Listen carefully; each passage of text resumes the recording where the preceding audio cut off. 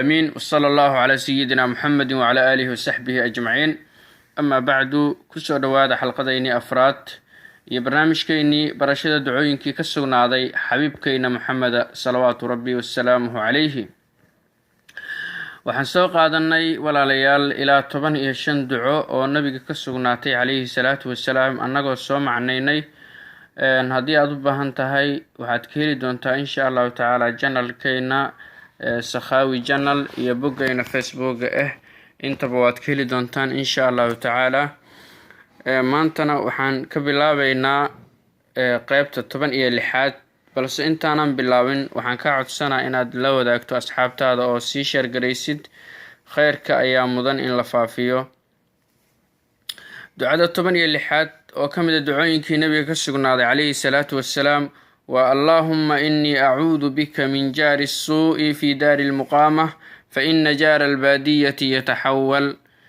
oo macnaheedu yahay ilaahow waxaan ka magan galayaa deris xun ayaan ka magan galaa oo igula derisa fi daari al-muqaamah daarta aan ku nagahay oo adduunyada aan ka deganahay. meesha adduunyada aan ka deganahay qof igula deris xun igula oo meeshaas igula dersay ayaan ka magan galaa ilaahay tabaaraka wa taala. jaaru suu deriska xun waa midkii nabigu calayhi salaatu wassalaam uu ku tilmaamay inuusan janno galaynin oo nabigu uu yidhi calayhi salaatu wassalaam laa yadkhulu ljannata man laa ya'manu jaaruhu bawaa'iqah.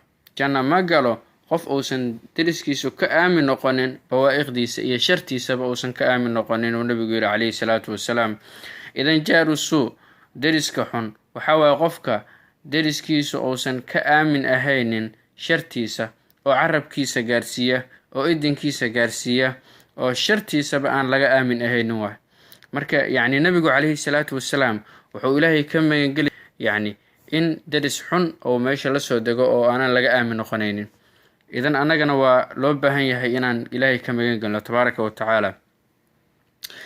waana deris kula nagaanayo oo aan ku faaruqaynin. waxaa soo gelayo sidaasoo kale haddii zawjadaadii oo kale asxaabtaadii oo kale way soo gelayaan haddii ay deris xun yihiin ayaguna oo aysan wanaagsanin oo xumaanta ay ku jiidayaan oo dhibaato ay ku horseedayaan haddana aysan ku faaruqaynin dhibaatadeeday leedahay marka taasoo kalena waa wax ilaahay laga magan galo tabaaraka wa tacaala.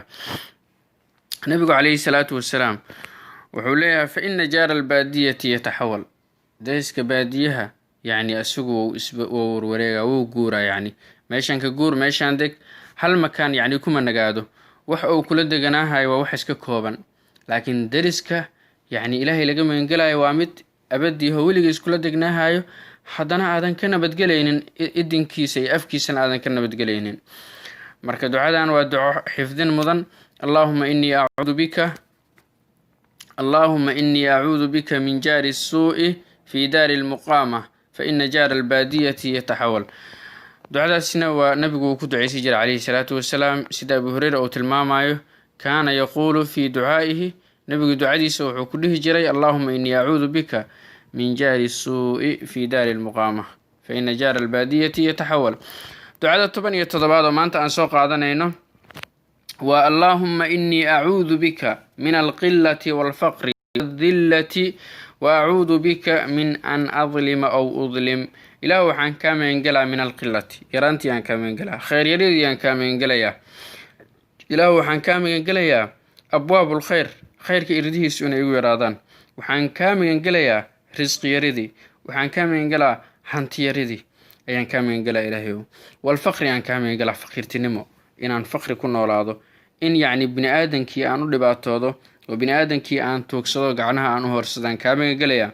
wadhillati aan ka magan galaa dulinimo dadku inay duleystaan dadku inay daraabaan dadku indhahooda inaan aan ku noqdo qof daciif ah oo wax ku ool aanan ahaynin oo dadku ay daraabaan aan ka magan galaa ayuu leeyahay.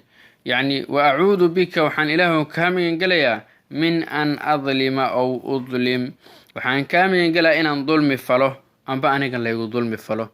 dulmiga noocyadiisa kala duwan hadday ahaa laheeday dulmiga ugu khatarta badan oo ashirku billaahi oo ilaahay tabaaraka wa tacaala uu leeyahay inna ashirka la dulmun cadiim. markii uu u dardaarmayay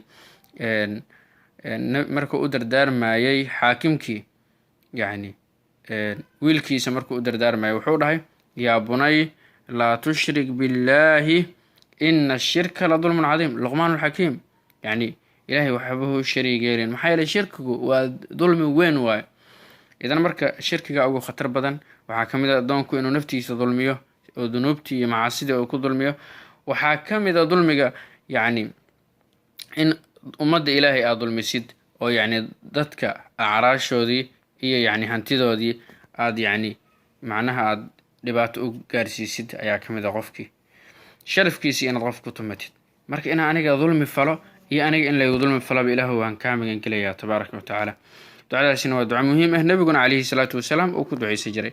ducada 18 oo nabiga ka sugnaata calayhi salaatu wasalaam waa allaahumma innii as'aluka min alkhayri kullihi caajilihi wa aajilih maa callimtu minhu wamaa lam aclam. ilaahu waxaan ku su-aalanayaa khayr oo dhan ayaan ku su-aalanayaa, caajilihi wa aajilihi waxaa loola jeedaa adduun iyo aakhiraba waa ku weydiisanaa khayrka ku sugan. maa callimtu minhu wamaa lam aclam, wixii aan ogahayo khayrkaas ah iyo wixii aanan ogeenba intaba waa ku weydiisanaa tabaaraka wa tacaala. saasuu leeyahay, ilahay weydiisanaya. wa acuudu bika min ashari kullihi caajilihi wa aajilihi maa callimtu minhu wamaa lam aclam. shar oo dhanna waan kaa magan gelayaa, midda adduunye ku sugan iyo midda aakhira ku suganba, midii aan ogahay iyo midda aanan ogeenba ilaahu waan kaa magan gelayaa. allaahumma innii as'aluka min khayri maa sa'alaka minhu cabduka wa nabiyuk wa acuudu bika min shari maa caada bihi cabduka wa nabiyuk. ilaahu waxaan ku su-aalanaa wixii nabiga uu ku su-aala jiray calayhi salaatu wasalaam, wixii ugu khayrka badnaayaan ku weydiisanaa sala allahu calayhi wasalam. yacni ducooyinkii nabiga uu ku ducaysan jiray oo dhan dusha kama taqaanid, mana baran kartid yani wixii nabiga uu ku ducaysan jiray oo dhan. laakiin haddii ducadan aad baratid oo ducadan aad ku ducaysatid waxay ka dhigan tahay adigoo ducooyinkii nabiga calayhi salaatu wasalaam oo dhan ku ducaystay, maadaama aad ba leedahay ilaahu waxaan ku weydiisanaa wixii nabiga uu ku su-aala jiray wixii uu khayrka badnaay. allahu akbar. waxaan kaa magan gelaa wa acuudu bika min shari maa caada bihi cabduka wa nabiyuk, wixii nabigu calayhi salaatu wasalaam uu kaa magan geli jiray wixii ugu sharta badnaayeen kaa magan gelayaa. ducadaasina waa duco cajiib ah oo maasha allah. allaahuma innii as'aluka aljannata wamaa qaraba ilayha min qowlin aw camal wa acuudu bika min annaari wamaa qaraba ilayha min qowlin aw camal. ilaahu waxaan ku su-aalahaa jannada iyo wax allaala wixii jannada ii dhoweynaayo, wax allaala wixii jannada u dhoweynaayo qowl iyo camal walboo janno ku gelaayo, qowl walboon janno ku gelaayo, ictiqaad walboon janno ku gelaayo ayaan ku su-aalahaa ilaahayow. waxaan kaa magan gelayaa wax allaala naarta iyo wax allaala wixii naar ii dhoweynayso, haddii uu ahaa lahay hadal naar aan ku gelaayo, haddii uu ahaa lahay camal naar aan ku gelaayo, haddii uu ahaa lahay ictiqaad aan naar ku gelaayo, intaba ilah waan kaa magan gelayaa.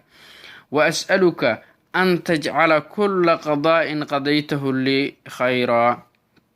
waxaan ku su-aalanayaa khayr walba oo aad aniga ii qadaraysid inuu ahaado khayr ayaan ku su-aalanayaa. yacni xadiiskii nabiga waatuu ahaa yani cajaban liamri lmu'min ina amrahu kullahu khayr walaysa dalika liaxadin ila lilmu'min. mu'minka arrinkiisa ayaan la yaabaa huu leeyahay nabigu calayhi salaatu wasalaam.